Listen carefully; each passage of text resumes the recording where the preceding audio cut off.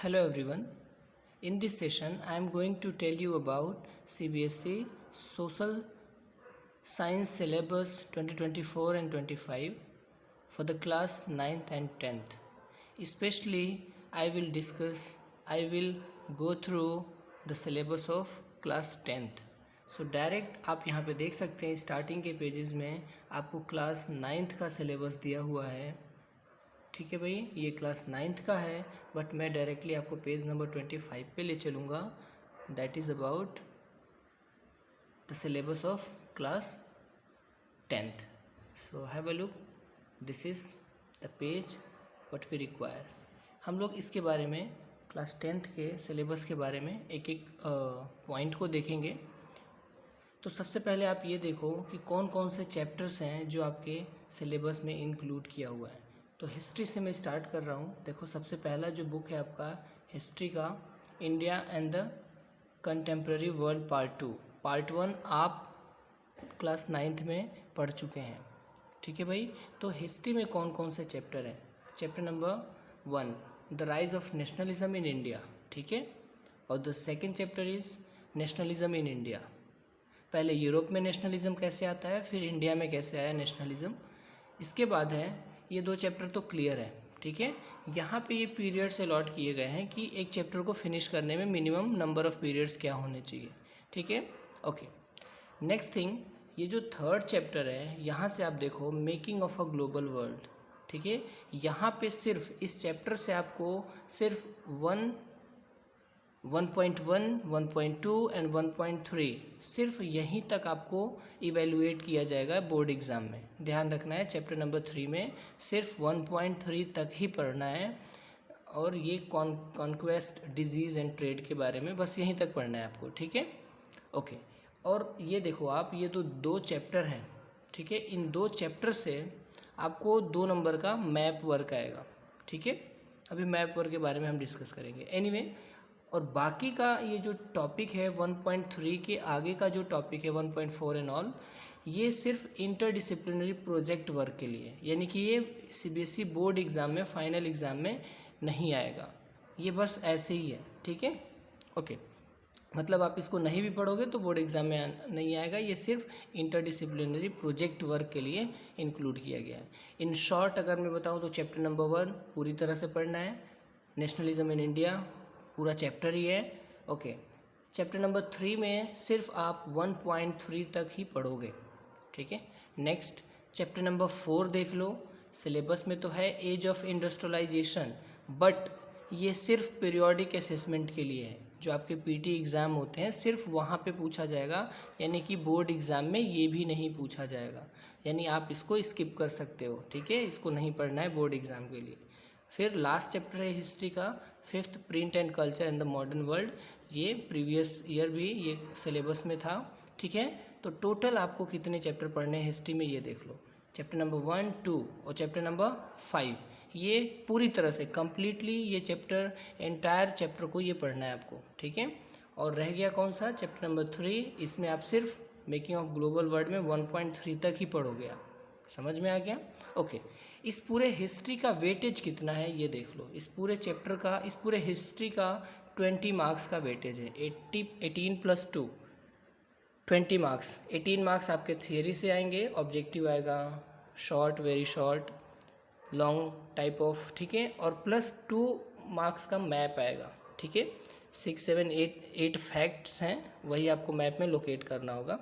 तो ये था आपका हिस्ट्री का टोटल मार्क्स एलोकेशन। ठीक है, आप ध्यान रखना, यूट्यूब पे बहुत सारे ऐसे वीडियो मिलेंगे जिसमें ये बताया गया है चैप्टर वाइज वेटेज। आप देख रहे हो सीबीएसई ने कहीं भी चैप्टर वाइज वेटेज एलोकेट नहीं करा हुआ है। ठीक है, वो कोचिंग वाले डिफरेंट यूट्यूबर्स, डिफरेंट चैनल्स ने अपने बेस पे, अपने असेसमेंट पे उन्होंने मार्क्स एलोकेट कर रखा है, बट सीबीएसई कोई चैप्टर वाइज एलोकेशन नहीं करता, मार्क्स का डिस्ट्रीब्यूशन नहीं करता। Keep in mind. Okay, next thing, तो हिस्ट्री के 18 मार्क्स +2 मैप वर्क, 20 मार्क्स का वेटेज हो गया। नेक्स्ट अब हम चलेंगे ज्योग्राफी में। ये देखो आप, ज्योग्राफी का है। ज्योग्राफी में चैप्टर नंबर 1, ठीक है, चैप्टर नंबर 1 पूरी तरह से है। Chapter number 2 chapter number 3 water resource, chapter number 4, chapter number 5 and 6, ठीक है। ये 6 तक पूरा चैप्टर आपको कंप्लीट पढ़ना है, कोई डिडक्शन नहीं है यहाँ पे। बीच बीच में कोई डिडक्शन है जो कि न्यू बुक होंगी उसमें पहले से ही वो डिडक्टेड है, कटा हुआ है वो टॉपिक। जो पुराने एडिशन होंगे वो टीचर क्लास में आपको बता देंगे कि कौन सा टॉपिक डिलीटेड है। एनीवे, या आप खुद भी कर सकते हो। जो नई एडिशन होगा 2020 एडिशन जो है, 2020 एडिशन या उसके बाद 23 वाले एडिशन में वो डिलीटेड पोर्शन पहले से ही डिलीट करा गया है। उससे पहले का अगर एडिशन है तो आप किसी नए दोस्त से कॉपी या नोटबुक टेक्स्ट बुक ले लेना और उससे डिलीटेड पोर्शन को कट कर लेना, ठीक है। ओके, तो ज्योग्राफी में हमें 6 चैप्टर थॉरली पढ़ना है, कोई डिडक्शन नहीं है। बस 7th चैप्टर में आपको ये ध्यान रखना है, life lines of national economy. ये सिर्फ मैपिंग वर्क है यहाँ पे। यहाँ का जो थ्योरी पोर्शन है वो आपको नहीं पढ़ना। वहाँ से ना तो कोई ऑब्जेक्टिव क्वेश्चन आएगा, ना ही शॉर्ट, वेरी शॉर्ट, कुछ नहीं आ रहा है। सिर्फ और सिर्फ मैपिंग वर्क है। Life line of Indian economies में आप देखोगे कि जैसे वेज़ के बारे में है, रेलवेज़, वाटरवेज, सी पोर्ट, एयरपोर्ट्स, इन सब के बारे में आपको जानना है, वो भी सिर्फ मैपिंग वर्क है। फिर थियरी पोर्शन का क्या होगा भाई? तो थियरी पोर्शन अगर स्कूल चाहे तो इसको इंटरडिसिप्लिनरी प्रोजेक्ट में इंक्लूड कर सकता है। ये वॉलेंट्री नहीं है, ये इलेक्टिव है, मन आपके ऊपर है। अगर आप चाहो तो इसको पढ़ सकते हो, अदरवाइज़ ये बोर्ड में एग्ज़ाम में ये 7th चैप्टर नहीं आ रहा है, सिर्फ मैप वर्क आएगा। समझ में आ गया? तो देखो, हिस्ट्री का 20 मार्क्स था, ज्योग्राफी का 20 मार्क्स है। 20 मार्क्स में 17 मार्क्स थियरी है और 3 मार्क्स का क्या है भाई? 3 मार्क्स का मैपिंग वर्क है, ठीक है। तो 3 नंबर ज्योग्राफी के मैपिंग वर्क से आता है। ओके, पॉलिटिकल साइंस में कोई डिडक्शन नहीं है, ये all chapters are given here और इसका मार्क्स एलोकेशन 20 मार्क्स है, ठीक है। इकोनॉमिक्स में देख लो आप, इकोनॉमिक्स में भी 20 मार्क्स का एलोकेशन है। चैप्टर नंबर देख लो, यहाँ पे डिडक्शन है थोड़ा बहुत। पहला चैप्टर है आपका, कंप्लीट पढ़ना है, कोई डिडक्शन नहीं है। सेकेंड चैप्टर में भी कोई डिलीशन नहीं है। मनी एंड क्रेडिट पूरा ही चैप्टर है।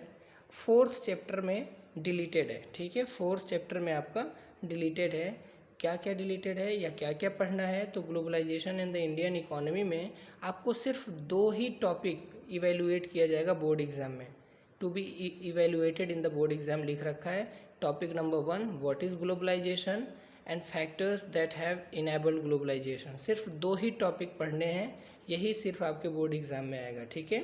बाकी का टॉपिक जो रह गया उसका क्या होगा भाई? तो वो इंटरडिसिप्लिनरी प्रोजेक्ट में आएगा, ठीक है। ओके, मतलब कि ये जो टॉपिक हैं ये आप चाहो तो पढ़ सकते हो, बट बोर्ड एग्जाम में नहीं आएगा। समझ में आ गया? Okay, next and the last, आपको ये जो टॉपिक है कंज्यूमर राइट्स, हमेशा की तरह पिछले साल भी इस पे प्रोजेक्ट वर्क बनाना था और इस बार भी आपको प्रोजेक्ट वर्क ही बनाना है। मतलब इसको पढ़ने की ज़रूरत नहीं है, सिर्फ एक प्रोजेक्ट फाइल बनाओ, इससे आपका वाइवा वगैरह हो जाएगा, 5 मार्क्स का प्रोजेक्ट वर्क हो जाएगा, ठीक है। तो ये हो गया आपका टोटल सिलेबस पे डिस्कशन 2024 एंड 25 सेशन के लिए क्लास 10th का। आई होप आपको समझ में आ गया होगा। So thank you.